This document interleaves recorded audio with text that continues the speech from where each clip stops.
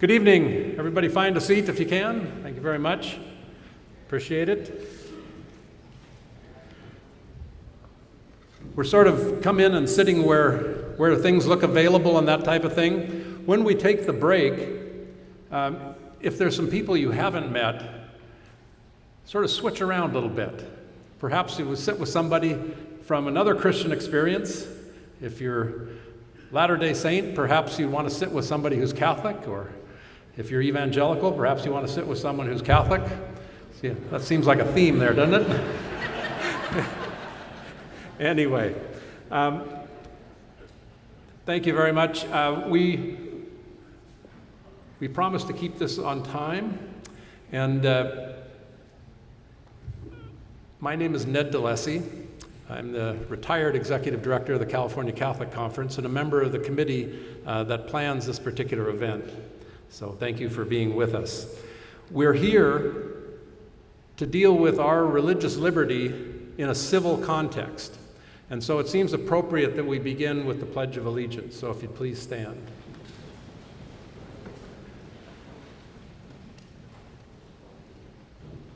I pledge allegiance to the flag of the United States of America and to the republic for which it stands, one nation, under God, indivisible, with liberty and justice for all. Thank you. We're going to begin with a song, and then Bishop Soto will welcome us all.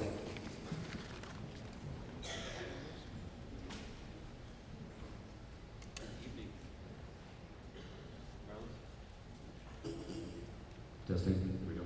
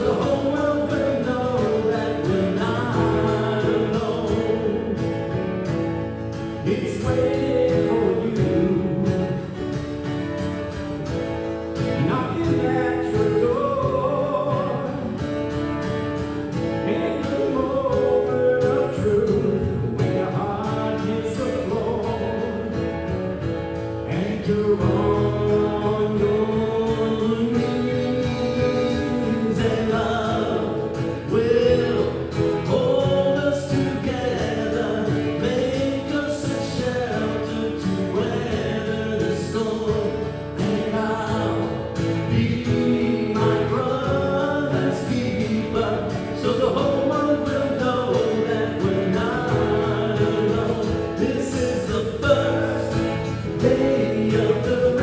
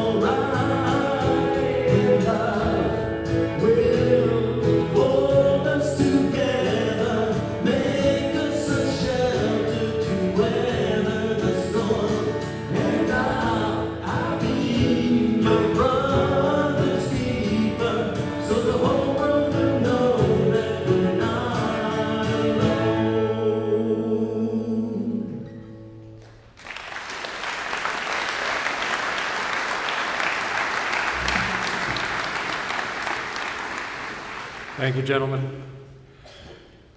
As most all of you know, this is a rather unique event, an event that's sponsored by the Catholic Diocese of Sacramento, the Church of Jesus Christ of the Latter-day Saints, and the evangelical community represented by Jessup University. And this is the second of our series, and it's just a privilege that we're able to host you here at the Catholic Center. But to give you the official welcome, I'd like to introduce, I guess I could say my former boss, but my bishop, Bishop Jaime Soto, the Bishop of Sacramento, oh, these 12 years now, Bishop. Welcome.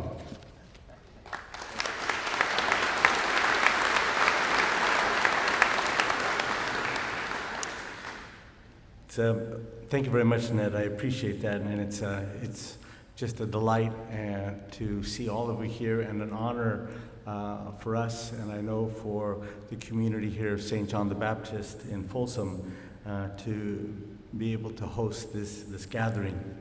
I do want to just say at the very beginning, I'm just to perhaps state the obvious, that as we gather here as faithful people and members of churches that have a very public role, that our church is right now in a very public moment where it's very difficult, and we have our challenges, a time where we have to own and atone for grave sins of the past. But also, as we do that, and this is what makes this occasion so important, that we also have to own and proclaim the great heritage, the great treasure. Though it may sometimes, we are very aware that we are earthen vessels, but that we hold the treasure, and that we, in moments like this, as we come together with our brothers and sisters from other faiths, to own and proclaim what that treasure is, and to pray that grace might purify us and make us better ministers, better messengers of the good news that has been given to us. A couple of weeks ago, as anticipating this event, I was reading the Sacramento Bee, and there was an article there on religious, it was an op-ed on religious liberty. Maybe some of you saw it. And I just want to pull one line from that that grabbed me, and perhaps in the wrong way, but I think it summarized precisely what we struggle with and the reason that we are here this evening. The commentator wrote in the Bee this: "A wall separating church and state means that our government should be secular. It means the place for religion is in the private realm of our homes, our places of worship, and our daily lives." And I know my reason for being here, and I also know that my partners in wanting to bring this gathering here and to have this discussion this evening is that we don't believe that that's true, that religion and that faith has also a public place, and that government doesn't dominate the public square. It has an important role to play, but so do we. And so with that, it gives me great pleasure to welcome each of you on behalf of the Catholic Diocese hosting this gathering of disciples, Christian disciples. And we are pleased that important leaders from other faith groups in the region choose to join us as well as perhaps also some local and state elected representatives. As people of faith, we face many challenges in the public square.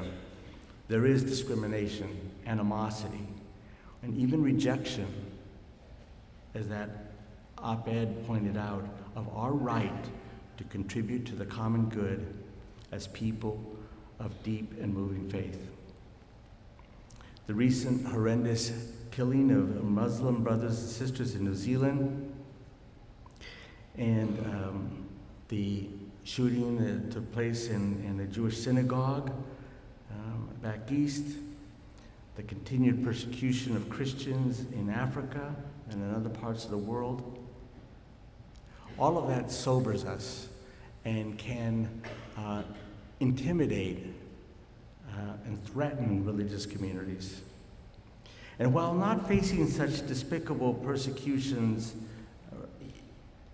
here, we are mindful of our own challenges to live our faith and practice our beliefs in California and in the United States in a public way that contributes to the well-being of our brothers and sisters. And that's an important conversation for us to have, to support each other and also to help each other to speak with a common voice. This is the second of a three-part series sponsored by the Diocese, the Church of Jesus Christ of Latter-day Saints, and the Jessup University, as Ned pointed out. And we want to hear from each other about the perspectives on this challenge, and also to look for the ways that we can work together to better understand the situations we face in the culture and create together a respectful and formidable response worthy of the disciples of Christ and believers in God. And so with that, welcome, and let's have an enjoyable and engaging evening.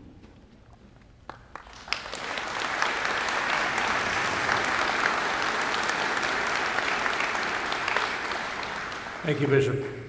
It's my privilege also to introduce, to lead us in the opening prayer this evening, Pastor Phyllis Tolles. I got it right, Phyllis? Yeah. Phyllis and I work together on some restorative justice issues. Phyllis is the leader of the women's ministry at Reverend Sam Rodriguez's New Season Church, and just a wonderful, passionate public preacher and public presence in our lives. So, Phyllis, thank you.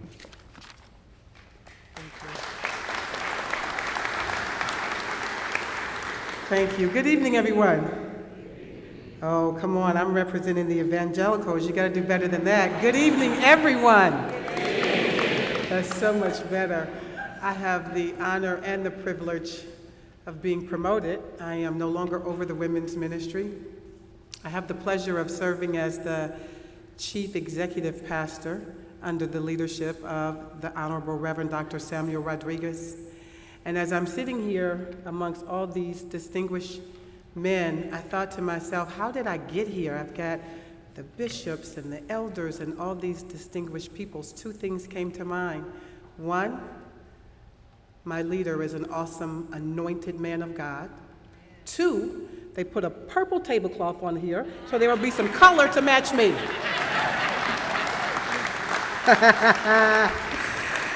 I'm going to be reading for your hearing. I'm going to start with a couple of scriptures.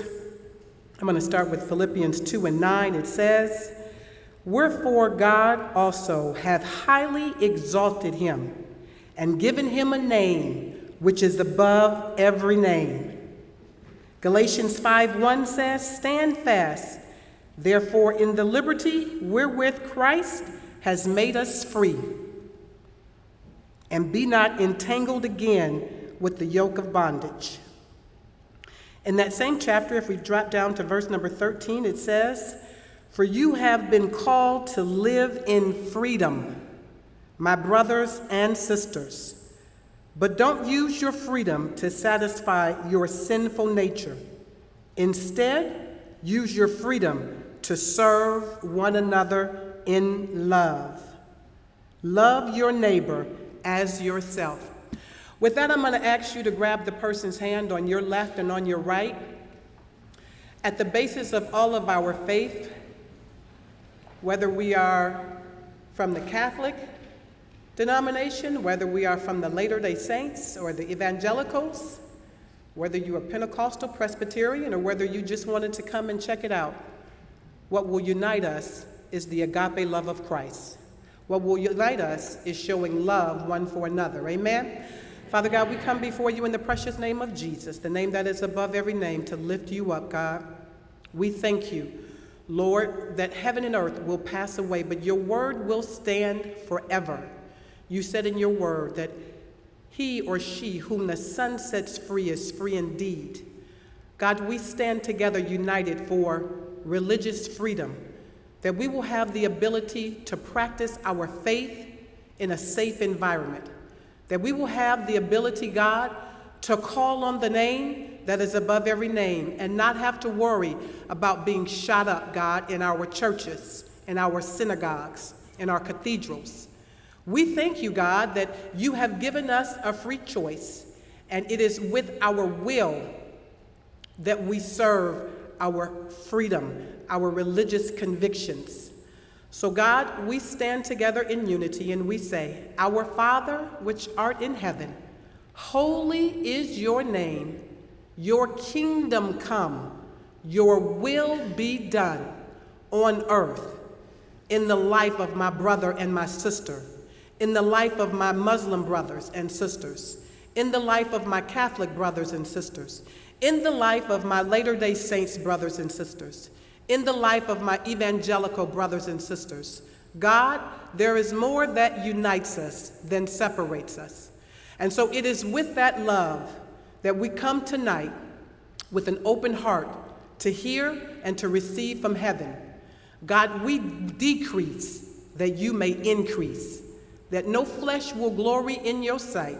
So everything that is said, everything that is done, is not just for show here tonight, but it is to show the world that we stand united for our religious freedom. We stand united that when one is hurt, we all hurt. When one rejoices, we all rejoice. There is power in unity. So with the hand that I hold on the left and on the right, I stand united for the freedom that is rightfully ours, that you sent your Son to die on the cross, that we may be free and free indeed. God, we have found something to live for, and more importantly, we have found something that we are willing to lay down our lives for, and that is our religious freedom. And we say this in the matchless and mighty name of Jesus. Amen.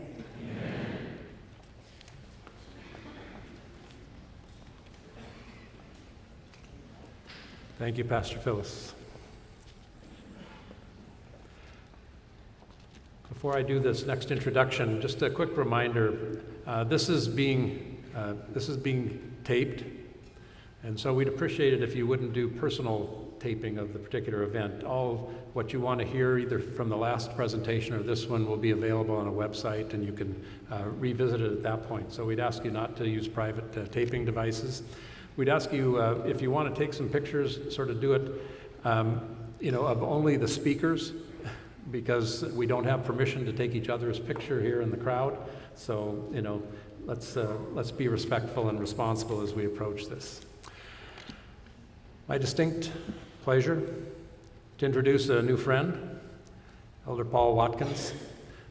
We became acquainted at the last event and have been working hand in hand now on bringing this particular event to you. And so it's an example and something that I think we all need to take to heart and that God is inviting us to experience, which is the fact that those of us from different faith experiences can come together as friends, as colleagues, and to work hand in hand. So Elder Paul Watkins, thank you very much.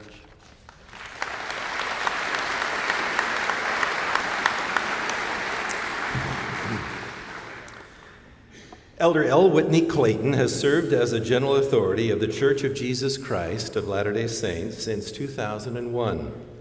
He has been a member of the Presidency of the 70 since 2008 and was named Senior President of the 70 in 2015. Elder Clayton served as a young missionary for 2 years in Peru. He later lived with his family for 4 years in Buenos Aires, Argentina, where he was president of the South America South area. His assignments since then have taken him to many countries across the earth. His first responsibility is to help build faith in Jesus Christ. Elder Clayton has served with others in our company tonight to preserve home and family values in our own country and state. He shares the concern of everyone here for the constitutional guarantee of the freedom of religion and the efforts, both seen and unseen, that threaten its free expression. Elder Clayton earned a bachelor's degree in finance at the University of Utah and a law degree at the University of the Pacific, just up from us in Stockton, down from us in Stockton. He was an attorney in Newport Beach from 1978 to 2001 when he was called into full-time service. He was born in Salt Lake City, Utah in 1950. He married the love of his life, Kathy Ann Kipp, in 1973. And they are the parents of 7 children, and they have 25 grandchildren. Elder Clayton.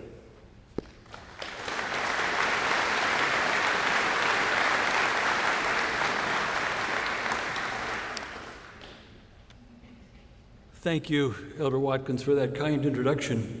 And good evening, everyone. It's wonderful to be here in Folsom, in Sacramento. We lived here for 4 years, and I feel like I'm among friends and I'm at home. It's nice to see all of you. Thank you very much for coming.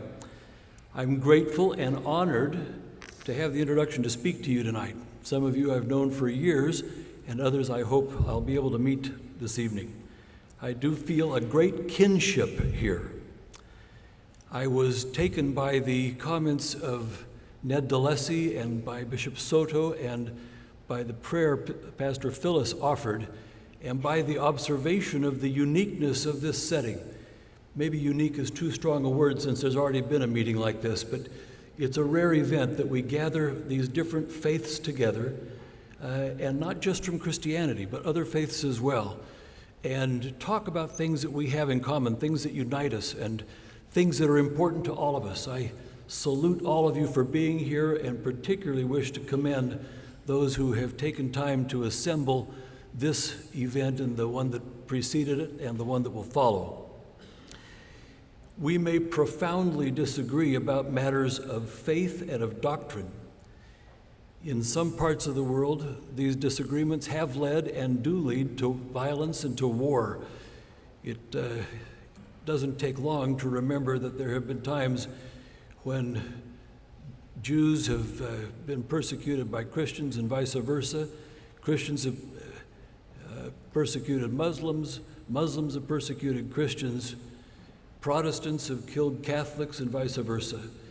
And we in the Church of Jesus Christ of Latter-day Saints feel like part of our history in the 1800s, everybody hated us. And so we bear that flag in a certain sense. But here we are in a remarkable setting. Without compromising our respective beliefs, and perhaps no more agreed on key issues of faith and doctrine than we were before, we gather together tonight in peace, in goodwill, and with mutual respect. We gather as fellow citizens and as colleagues, as fellow believers, and we gather as friends. Among the things that unite us as friends is our profound commitment to defend the God-given right each one of us has to believe and worship according to the dictates of our own conscience, and to live out those beliefs freely and in dignity. Historically speaking, and in every other way, a gathering like this, friendships like these, are indeed remarkable. But while we in this room share a commitment to religious liberty, society, as we know, increasingly does not. There are many reasons for the decline in support for religious freedom, but I believe that one important reason for the weakening support for religious freedom that we see among us is the damaging view that religion is really just not that fundamental to believers. My comments today are about religion's role in human identity and why understanding religion is fundamental to who and what we are can also shed light on how we navigate the treacherous environment in which we find ourselves culturally. Understanding and talking about our faith as something basic to our lives and to our very beings affords us new tools to defend both religion and the liberty to freely exercise it. A few years ago, Elder Jeffrey R. Holland, a member of the Quorum of the 12 Apostles of the Church of Jesus Christ of Latter-day Saints, spoke about impoverished 19th century Latter-day Saints who were pioneers pulling hand carts across the plains, a theme I'll refer to again in a few moments. They walked the dusty or freezing 1,300-mile trail from western Illinois to the Salt Lake Valley, burying spouses and children along the way. Why did they do it? How did they do it? Elder Holland observed, they didn't do it for a social activity. They did it because the faith of the gospel of Jesus Christ was in their souls. It was in the marrow of their bones. Every faith represented here tonight has its own sacred history as well. With that in mind, and drawing by express invitation from the organizers of tonight's event, from remarks I gave at Brigham Young University last June, I've entitled my comments, "In the Marrow of Our Bones, Understanding and Defending Religious Liberty." Too often, secular elites and government officials focus so much on currently favored identities, such as race, ethnicity, sex, sexual orientation, and gender identity, that they miss the importance of religion as a profound source of identity. Too often they see religion and religious faith, especially Christian faith today, as something quaint, or as something akin to a quirky private belief or to a hobby. It's something like believing in the Yeti or in UFOs or belonging to a bowling league. Their view of our beliefs is, well, you're welcome to have your private fantasy world, but keep it private and don't make me acknowledge it. Believing religion stands in the way of societal progress or is harmful, some are even willing to use social and legal force to pressure people to change not just their actions, but their religious beliefs. Such views are profoundly naive. They ignore that for tens of millions of Americans, religious conviction is the most powerful and defining source of personal and family identity in their lives. To borrow from Elder Holland again, their faith is marrow to their very bones. It's the bones that make them who they are and what they are. Failure to understand this naturally results in discounting the importance of religious freedom, which allows people of faith to live out their core identity and dignity and peace. Now, I'm not suggesting for a moment, and I don't believe, that all secular people hold these views, but many in positions of influence, both in government and in academia, and for that matter in the media, do hold these views to one degree or another. Perhaps one reason for this is that many of them have never experienced the power of faith. Boyd K. Packer, late president of the church's Quorum of the 12 Apostles, once asked an atheist, "Do you know what salt tastes like?" The atheist said yes. President Packer then asked him to describe it. The man couldn't.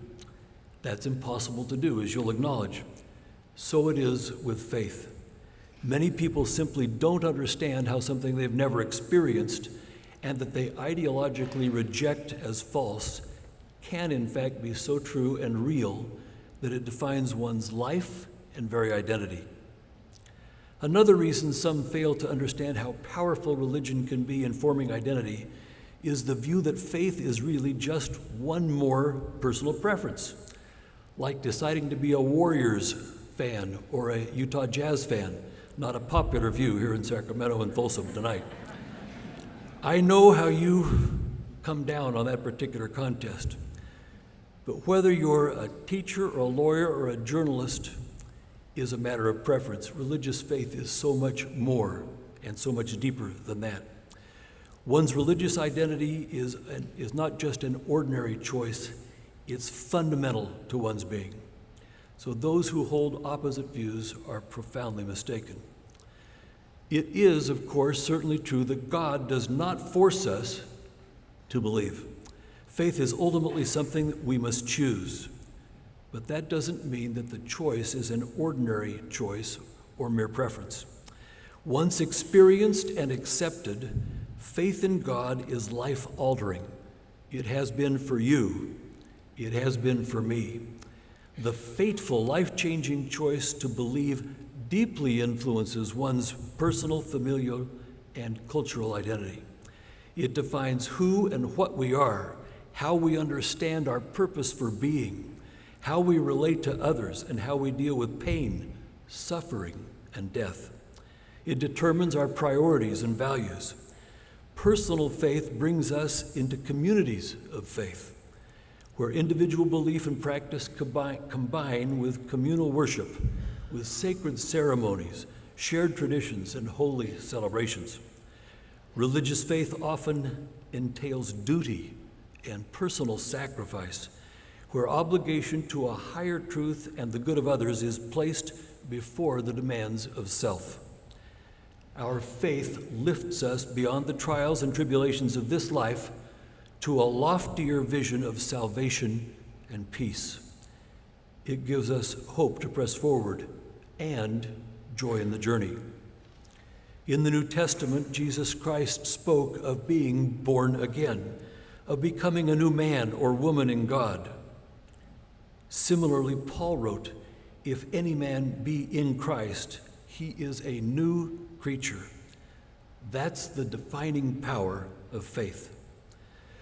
My point is that misconstruing religious faith as mere preference, as something that can easily be adopted and discarded at will, radically misconceives the nature of religion in the lives of millions of believers. In the words of a recent Supreme Court decision, it naively treats faith as, quote, something insubstantial and even insincere, end quote. It reduces core identity and a way of life to a pastime. It takes an identity that for millions is vastly more important and more profound than race, color, national origin, ethnicities, sexual orientation, education, profession, wealth, geography, and so on, and dismisses that identity as trivial or something to grow out of, like a childhood belief in Santa Claus or the Easter Bunny. Now let me get a little personal. I know that this minimalist, dismissive conception of religious faith is false because it does not remotely account for its meaning in my life or in the lives of millions of my fellow church members, and I suspect in your lives as well. It could never account for the meaning in the lives of my pioneer forebears as they sought and sacrificed for a gathering place to build what they called Zion, a place where the pure in heart would dwell in unity and righteousness, where there would be no poor, where in time they would prepare to meet God. Their faith was indeed, as Elder Holland put it, the marrow of their bones. Or as Brigham Young said in a related context, it was the fire of the covenant that Latter-day Saints had burning in their hearts like flame unquenchable. That's the only way, Elder Holland continued, that while on the grueling 1,300-mile trek to Salt Lake, those mothers could bury their babies in a bread box and move on, saying, the promised land is out there somewhere. We're going to make it to the valley. They could say that because of covenants and doctrine and faith and spirit. Our faith is the substance of our souls. It's the stuff right down in the marrow of our bones.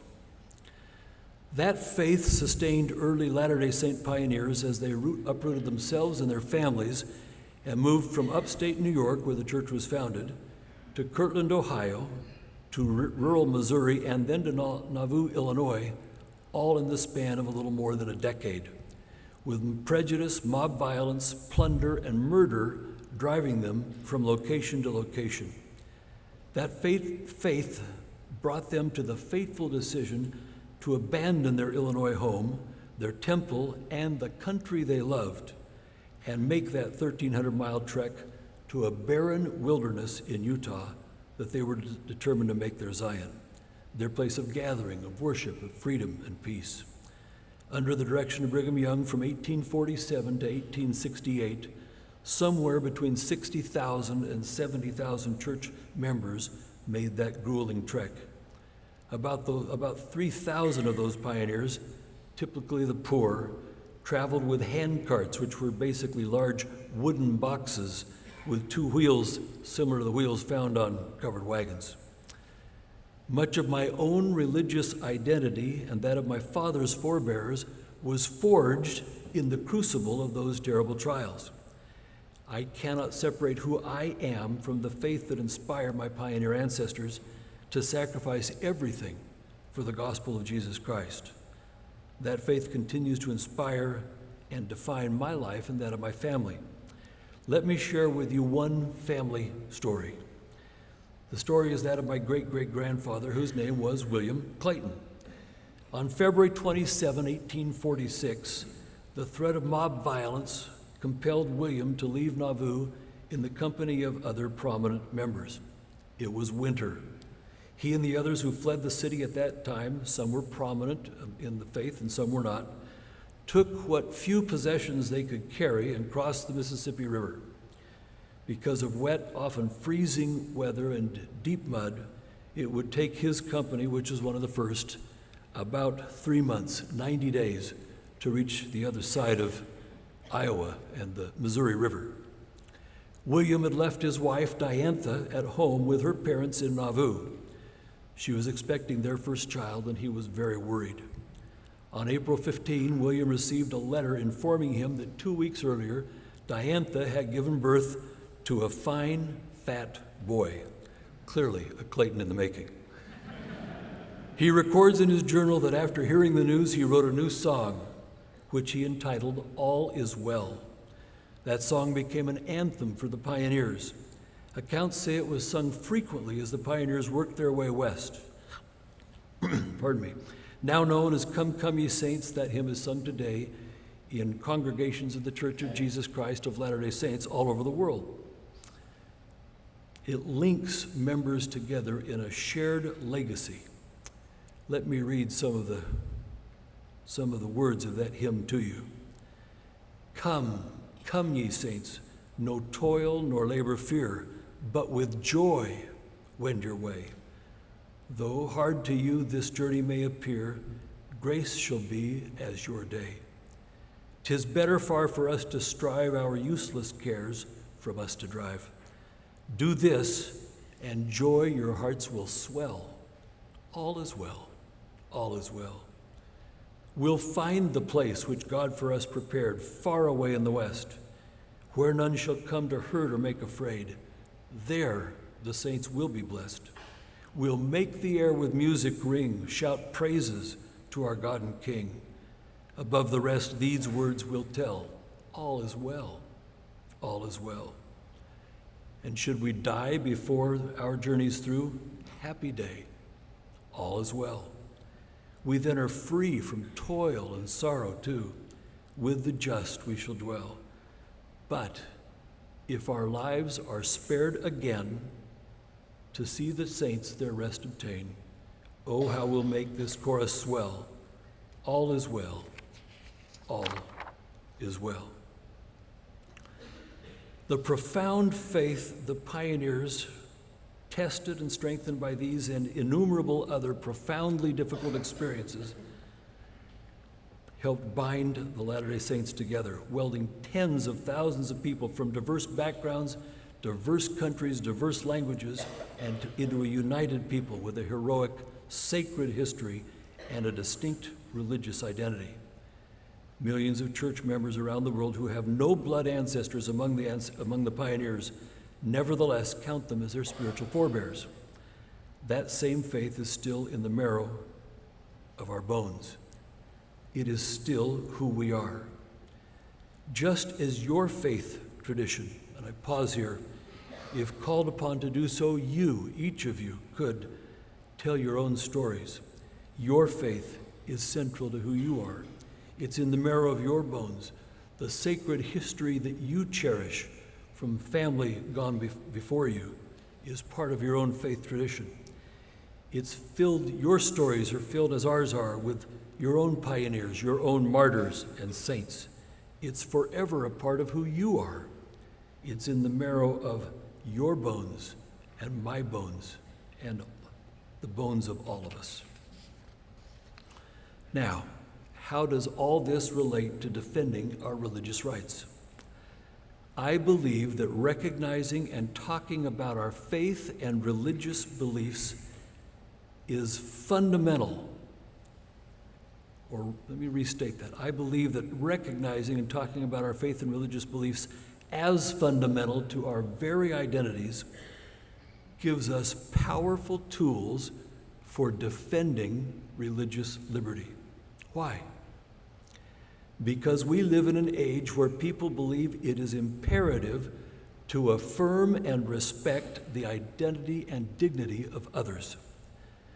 Not doing so is deemed insensitive, intolerant, even bigoted. And so people talk constantly about ethnicity, sexuality, gender identity, and so on. These are important sources of personal identity, to be sure.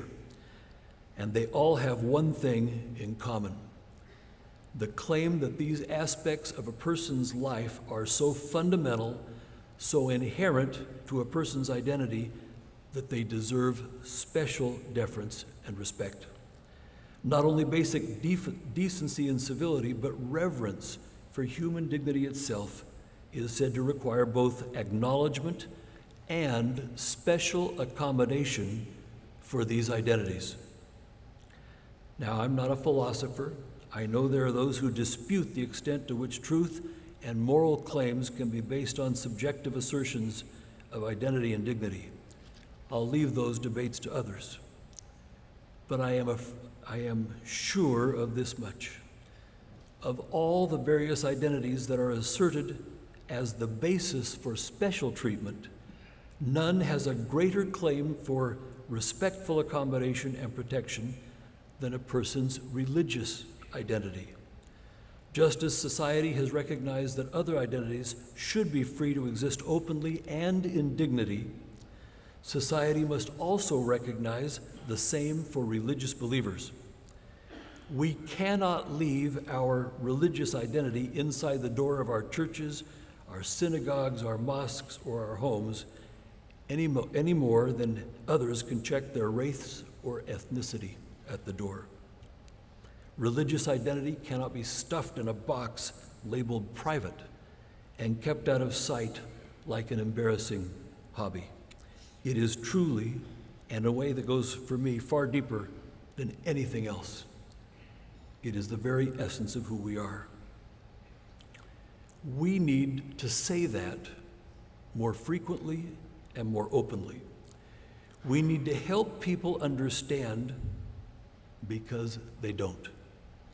I think we will find that talking with others about why our faith means so much to us as individuals and why it means so much to our families and to our religious communities and to our lives and to our very beings will most often be far more effective in advocating for religious freedom than talking about constitutional rights or natural law or truth or liberty or any other abstract principle. I'm not suggesting those things aren't important. Of course they're important. They're vitally important. And we shouldn't stop speaking of them. But for better or for worse, much of the narrative that currently defines our culture and society is not focused on those things. It's focused on the personal. It's focused on identity. If that is to be the narrative and the vocabulary of our time, then in defending religious freedom, we have the richest reservoir of all to draw from. For we are talking about the very core of our lives and the lives of our families. We're talking about our own sacred histories. We're talking about what matters most to us. We are talking about our identities. We're talking about what happens in the center of our soul, in the very marrow of our bones. If secular people who are skeptical of religious freedom of our claims about religious freedom can understand better what our faith means to us, if they can see that we're good people doing great things in our communities, if they can see each of us, to quote again the Apostle Paul, as an example of the believers in word, in conversation, in charity, in faith, in spirit, in faith, in purity, then they will more likely have empathy for us and will be more inclined to respect us and far more willing to protect our freedoms. Think about that the next time you have a conversation with a religious skeptic. Let that skeptic know just what is at stake in your life and the lives of your fellow believers. You may be surprised by the reaction. In conclusion, I believe that no democratic government that claims to value personal dignity and human rights can ignore the moral imperative to respect the fundamental right to freely, openly, and peacefully exercise one's religion. I believe religious identity deserves to be taken at least as seriously, and that it should be afforded at least as much protection and accommodation as other forms of identity that now attract far more attention and sympathy. It is that essential. And I believe that most Americans will agree with us and allow us to live in dignity, respect, freedom, and peace if we will help them understand just how fundamental religion is in our lives. Thank you very much.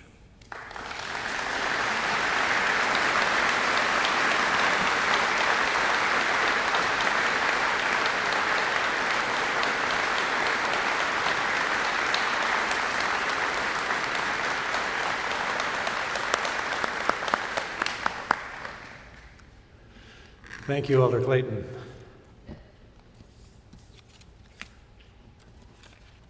Card. Question.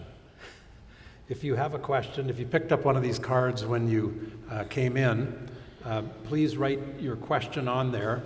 If you'd pass them all to the center aisle here, Sue and Gary and Bruce will all, Gordon will all come down here and pick these up. We're going to have a panel that Elder Clayton, Bishop Soto, and Dr. Jackson are going to staff for us here, and we're going to take questions and we're going to mix it up around this particular topic. So please turn your questions in. We're going to take a 10-minute break. 10-minute break. The bishop's laughing at me. Catholics aren't good at 10-minute breaks, are we? 10-minute break.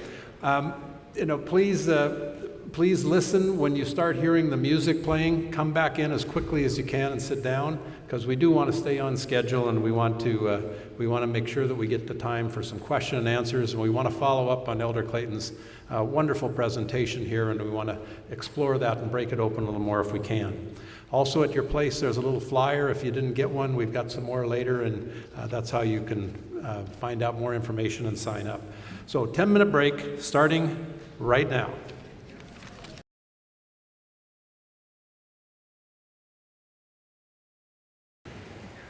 Well, I have a list of about 10 questions for Elder Clayton, but I think maybe we'll try and focus on most of the ones that you brought forward here. My little committee sort of organized them into a variety of I don't think we're going to get through them all, but we'll do the best we can here. Let me start by asking Elder Clayton, you provocatively ended up with the whole question of the narrative that is operative in society, and the challenge that we have as disciples to engage that narrative. What are some practical things that come to mind, avenues, opportunities where that might happen? Thank you, Ned. That's a wonderful question. Let me share a couple of thoughts that come to mind immediately. One is this very setting. The organization of this was quite organic, as I understand it at the beginning. It was a group of you who got together and spoke to each other, and that got the ball rolling. And that example of what needs to happen in communities, it needs to happen in neighborhoods. In order to control things that are difficult for us, This is the second observation. We need a couple of things. One is we need treasure, and the other is time. We need people who are willing to make some financial donations. Nobody has to give a lot if everybody gives a little. But it takes some money to make the message be heard. The second thing it takes is time. People have to be willing to get together on a weeknight or once a month or in some way. Because treasure and time put together equal influence. Politicians at the local level and at the state level and the national level are sympathetic to numbers. They know what numbers mean for their re-elections. And as we show that we have more than a soloist, but a chorus of people who see the same things and feel the same way, even though from a diverse background, the more likely it is that we'll catch their ear. But from my perspective, it would seem to me the first thing is we've got to be willing to be organized in our neighborhoods and in our communities, our parishes, our mosques, whenever it is that we turn out to worship, but particularly even just on our streets, in the living rooms of our homes. And then it takes time and it takes treasure. Any other comments? I just would quickly echo those comments. I think that in Elder Clayton's discussion and his presentation, he described the fact that many in our society believe that people of faith should be absent from the public square, what some have called the naked public square. And I think when you started talking about treasure, I thought maybe you were evangelical because I thought you were taking offerings. I thought that was great. But when you talk about trying to treasure together equally influence, it seems to me that people of faith, like those represented in this room, need to decide that the narrative of our faith is so compelling that we actually, if necessary, will push into the public square. Now remember, the subtext of this conference is engaging the public square with a civil voice. And many people believe that religious folks are anything but civil. And we have to find a way to be civil in our conversation. We have to be redemptive in everything that we say. But it seems to me, in being civil and in being redemptive, that we must engage the public square in conversation and invest the time, not think of politics as dirty, not think of the school board as a waste of time, not think of the city council, of the state government, or of any other governmental agency as sort of a waste of our time. It's a worthy, I would describe it, a worthy kingdom endeavor to engage in the public square. Thank you. Let me pick up on that. This question is that it's the public perception that as people of faith, we discriminate against other people. And that is viewed as a social sin. How do we change that particular narrative? May I start? One concept that you may find useful is the concept of fairness for all. That we don't want to be unfair to anyone, but in return, we don't want anyone to be unfair to us. This concept of fairness for everyone at the same time, which invites a balancing, it invites a scrutiny of everyone's perspective, everyone's point of view, can be very, very helpful. In responding to people who are asserting a particular identity as ascendant over others, said, great, we understand you want fairness, and we see if I can repeat to you what you said. We would like fairness for our point of view as well. Where's the middle ground? How can we make this work? I think it's important for us that, because we do get that a lot. And many times we have to look carefully at our own language. And I'll say from the Catholic tradition that we can judge behavior, but it's not our place to judge a person. And it is important, I think, to reach deep into our own traditions and to reaffirm the importance of how it's something that you said earlier about the importance of reverencing others, respecting others, listening to others, and that we have to have a strong commitment to that, while at the same time saying, yes, we do. we consider certain actions or certain behaviors immoral or not in accord with God's law, or that it doesn't serve the common good, and we can make those claims while at the same time also asserting that we believe in the dignity of the human person, and that each person deserves my reverence and my respect for them.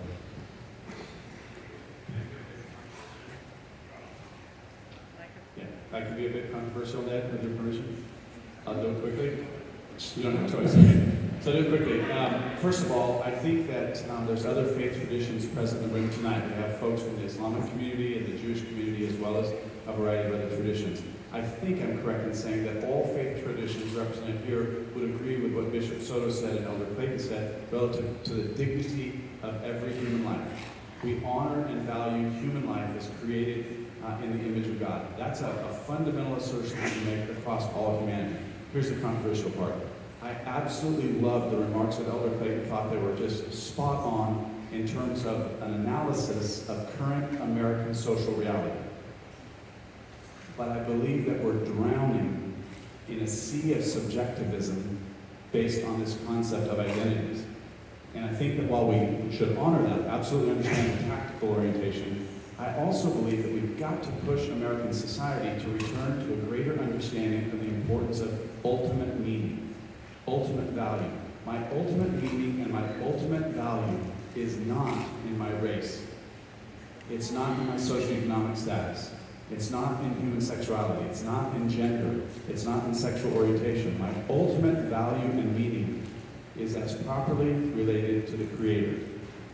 And ultimately, I think if we advocate for those values, we'll be able to return American society from what I call a sea of subjectivism to a more place of absolute discernment like the Constitution suggests. I think the Declaration and the Constitution make fundamental assertions about the purpose of American society. And I think that's why we need to engage in public square, because I think we're in danger in American society of losing those moorings and actually considering the Constitution and Declaration irrelevant in the face of a sea of subjective perceptions of truth and reality.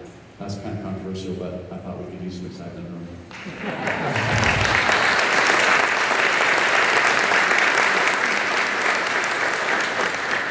Let me, you spoke of the challenge that exists for us as people of faith, and you broadened it beyond Christian, as people of faith within the society itself. There's a question here about, the question said, personally, we talked about our need to change and deal with the narrative. And the question is sort of corporately, together, as these particular faith groups here, and with brothers and sisters of other faiths, what could we do together in a public, corporate fashion to address that? I'm going to speak very quickly and then be quiet. I love these events, even though they're always challenging for me. They never fit easily in my schedule, and I always have alternative uses of my time. But I believe that when folks who are people of faith, who are committed to the common good, commit to being part of things like this, it's the beginning of a movement.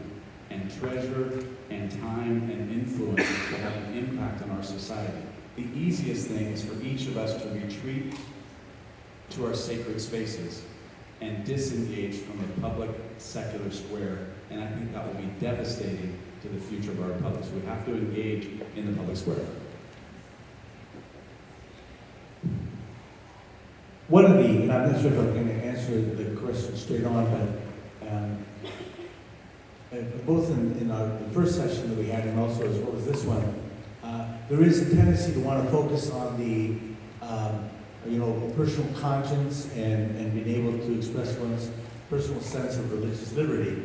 But I know for us in the Catholic community, and I believe this is also true in like the Jessup University and other, we have institutions that have a religious character, and that is oftentimes in those adversaries will say, well, sure, you have a right to your personal beliefs, but your institutions cannot reflect those beliefs. And that is I think that that's a particular challenge for us. And so,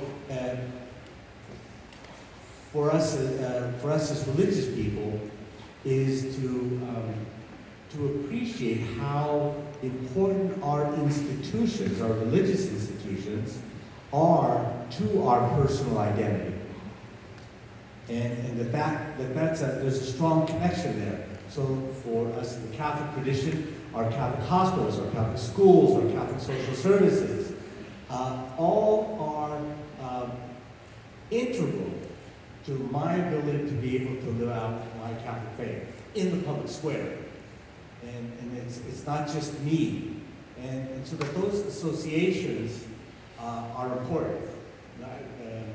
I'll stop there. Yeah, I've got one more comment. Sure. This afternoon in the hotel room, I jotted down two things. I Googleized them to make sure I had them right. One is a quote attributed to Benjamin Franklin, which seems appropriate given the circumstance and the context was being. We must all hang together, or most assuredly, we will all hang separately. There's some of that spirit that's happening around us today.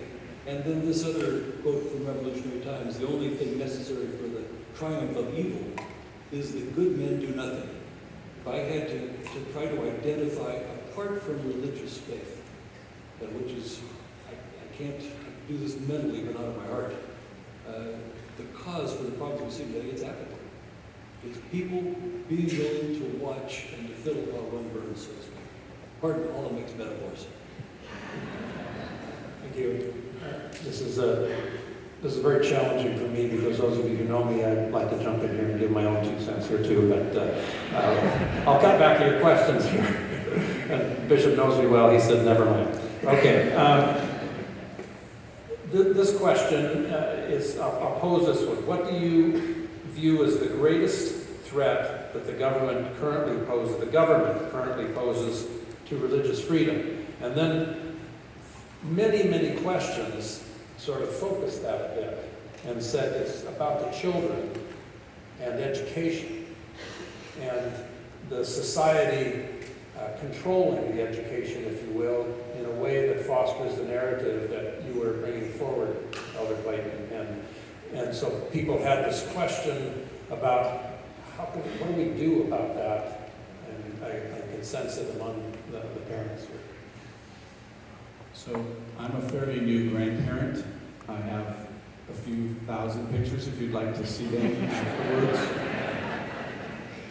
I have the privilege to have 5 children, which makes some people wonder if I'm a member of the Church of Jesus Christ.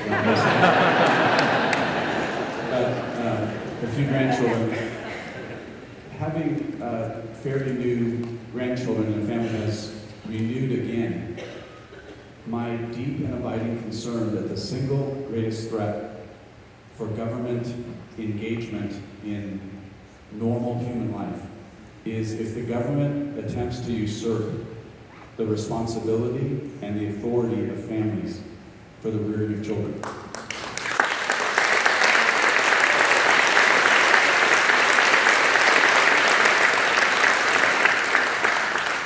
So, in the privacy of our own home, I've said something like this to my children and to my grandchildren who don't know what Papa's saying, but I've said this to them.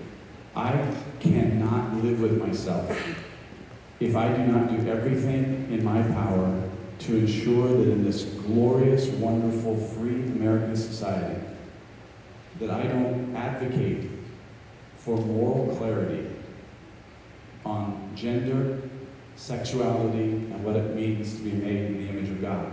And that I think people of faith have to engage in the public square, particularly when it comes to schools. I consider that the single greatest threat, and the moral confusion that exists in our society, I think is sowing what will be devastating seeds that will reap a devastating harvest if we're not careful. And I pray that that's not so, and that people of faith will be able to address the government, because I think we're in mortal danger at this point based on government involvement in our public schools. Bishop? The I don't mention this as an either or, but I think it's more of an and also to that. And it is important for us to be able to engage these issues and to get into the messiness of the political process. And but I think the other part, particularly the issues that you're speaking about, is that quite frankly, that many families do not speak about these issues to their children. And that it's precisely the silence on these themes of sexuality and gender and who we are as God's children, and that is not talked about in the home, that then creates a vacuum where the culture and then also even public institutions are filling in, and our silence is as great a risk as what's being said in the schools. So that yes, we need to engage that in a public way, but then we also just need to sit down with our children and start having those conversations and learning to do that in a way that helps them judge in a critical way of the things that they hear in school. Thank you, Bishop. Just a quick commercial there. As I pointed out with this little flyer here, there were a number of questions about how can we be kept informed. And we created this particular website to keep all of our faithful disciples and other interested parties informed. So please use that. This question came up last time too, and so I'm gonna sort of bring us to somewhat of a conclusion with this question. If, as you were sharing with us our faith, and we believe it is the marrow of our bones, the question comes from, and there's a number of them here, from healthcare workers that believe in the sanctity of life and yet find themselves in a struggling reality as sort of the elements of healthcare diminish the nature of human life within the healthcare setting.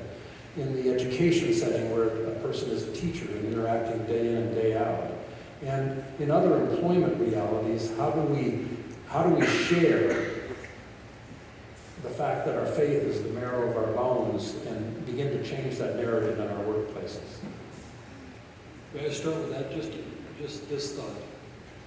The power of example should never be, cannot be, I think, overestimated. When people live a good, clean, virtuous life, there is something that will attract other people to you. And instead of, I agree with the need to be bold and assertive in certain circumstances. In some places that's not going to be possible given legal realities. But we can't stop, but our example can invite questions that we can't invite ourselves. I think that when people live in such a way that the goodness of their lives and souls and the peace of their souls will attract attention for all the right reasons. I didn't know this question was going to be asked, but very recently my family went through a difficult medical experience with a loved one who died very suddenly and tragically. And one of the gifts that the Lord gave was a deeply devoted Catholic nurse who was present with our loved one in the day and hours leading up to his death. And this particular person, we gave that permission. We as people of faith gave the healthcare worker permission to pray with us and be with us and weep with us and walk with us. And I think there are healthcare and employment and governmental settings in which you are not free to do those things. You're not free to speak openly.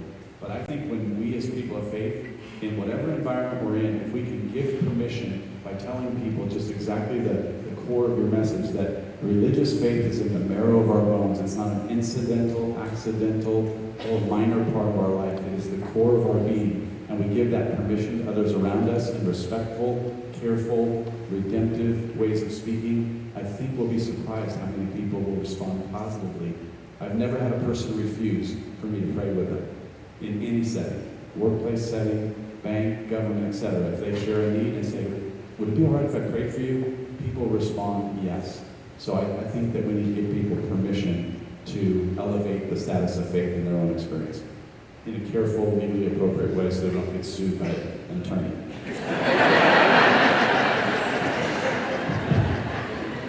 I just add to that. I think it's I think this is true for many of our religious traditions. Oftentimes we get caught up in being, as individuals and as institutions, as labeled as the no church, you know, and so no, we don't do that, or no, we don't do this, no, and so it's really important for us as individuals and also as institutions to speak about what we are for. And to not let ourselves get caught up in the narrative of somehow that we are, against, what people want, but that we actually have something, we actually have something better for them. That we really do have we have a hidden treasure that we need to share with them, and that it always starts with a yes.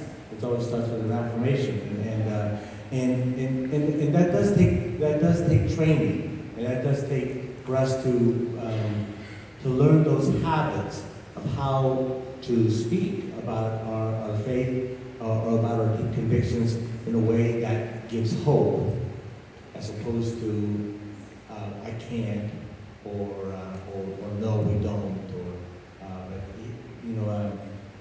here's what we believe, and here's what we say yes to. Thank you, Bishop. And if you take a moment and give a round of applause for our panel.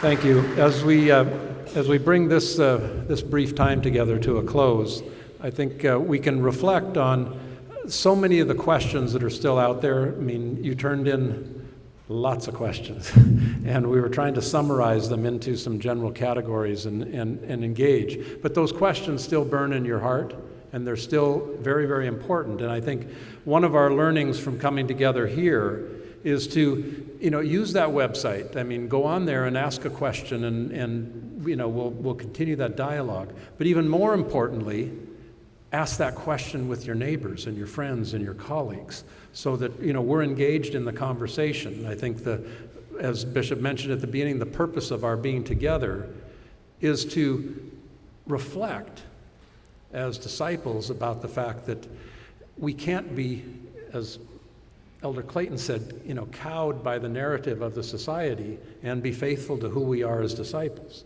We have to reach out and engage, and we do that personally, and invite our fellow disciples to do that also with us. And what came out to me also was the example of how we live our faith in the public order out there. And those two things, I think, are essential for us to take away this evening, and to take away certainly the sense that together, reaching out as disciples and reaching out to other people of faith, we need to turn to God in prayer. Bishop Soto.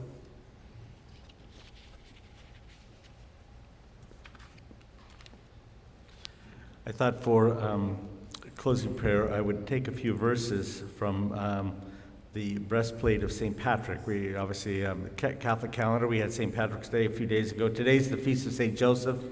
My respect to the Italians, but I'm going to do an Irish prayer, so. So let us pray. I bind unto myself the power of the great love of the cherubim,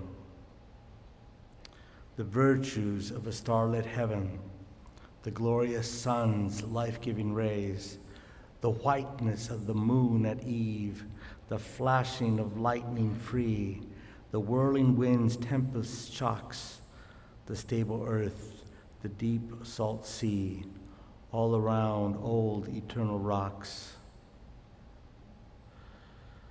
I bind myself to that name, the strong name of the Trinity, by invocation of the same, the three in one and the one in three, of whom all nature hath creation, eternal Father, Spirit, Word, praise to the Lord of my salvation. Salvation is of Christ the Lord. And let the church say, Amen. And as we close with song, just a reminder, this is a 3-part series. The third one will be hosted at an evangelical site, perhaps Jessup University, and there'll be a Catholic speaker, and we'll take full advantage of our opportunity to work hand in hand together. So watch on whatever news you watch for, look on the website, and each of our faith congregations will be communicating with you about that third one, which we think will be in the early fall. So that's what we're planning at the moment. Thank you so much for being here, and please, let's end with song.